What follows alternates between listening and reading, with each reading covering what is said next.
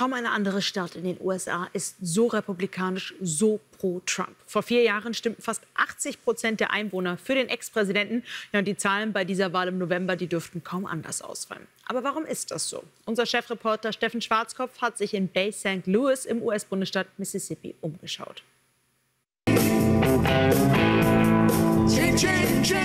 Ein schwülheißer Nachmittag in der Kleinstadt Bay St. Louis. Die Band singt Aretha Franklins Chain of Fools. Es geht um Ketten, die gesprengt werden müssen. Und das eint wohl alle hier in dieser Bar. Sie wollen die Demokraten in Washington loswerden und ihren Präsidenten zurückhaben. Ich werde für Donald Trump stimmen. Ich bin nicht zufrieden, wie die letzten 4 Jahre gelaufen sind. Die Wirtschaft liegt am Boden. Deshalb will ich einen Wechsel. Ich gebe auch Trump meine Stimme. Als er am Ruder war, hat das Benzin viel weniger gekostet. Unsere Schulen waren besser. Die Polizei und das Militär bekamen die Unterstützung, die sie brauchten. Fast 80% stimmten hier vor 4 Jahren für den Republikaner. Doch der Großteil der 9000 Einwohner wirkt kaum wie klassische Trump-Wähler. Wir sehen teure Einfamilienhäuser. Es herrscht quasi Vollbeschäftigung in der Küstenkleinstadt. Die Menschen könnten eigentlich zufrieden sein. Mark Lyons ist das nicht.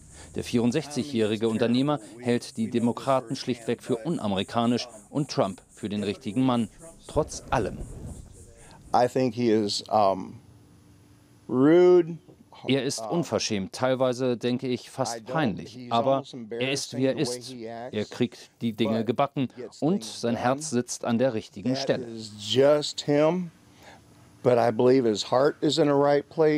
Donald Trump wird ohne Frage in Bay St. Louis wieder ein Traumergebnis einfahren. Ein Kirchenbesuch erklärt ansatzweise warum.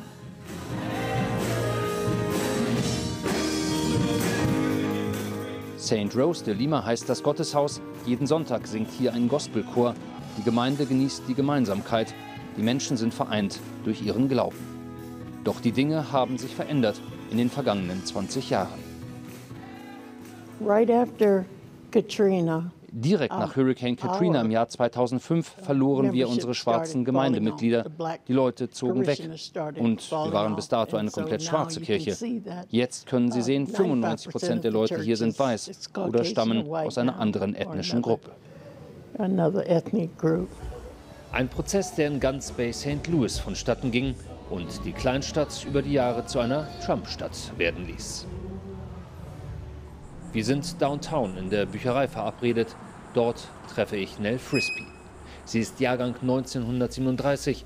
Noch immer sitzt die 87-Jährige im Vorstand der Republikaner des Landkreises Hancock und hat insgesamt 15 US-Präsidenten erlebt.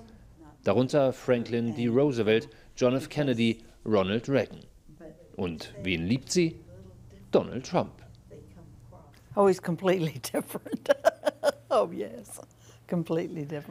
Er ist definitiv anders als seine Vorgänger, lacht sie. Aber schauen Sie sich Ronald Reagan an. Er war ein Schauspieler und die Leute sagten, er ist nicht für den Job gemacht. Der kann doch überhaupt nicht die Rolle eines Präsidenten ausfüllen. Und er hat alle widerlegt.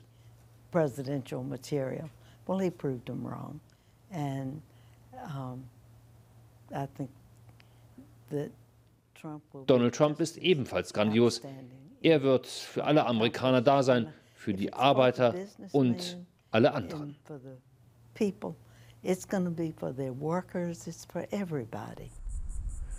Zu guter Letzt machen wir noch einen Abstecher in die Hauptstadt von Mississippi, Jackson. Quasi 100 Jahre lang war der Bundesstaat von den Demokraten dominiert. Dann zur Jahrtausendwende übernahmen die Republikaner und bauten ihre Macht immer weiter aus. Was also ist passiert?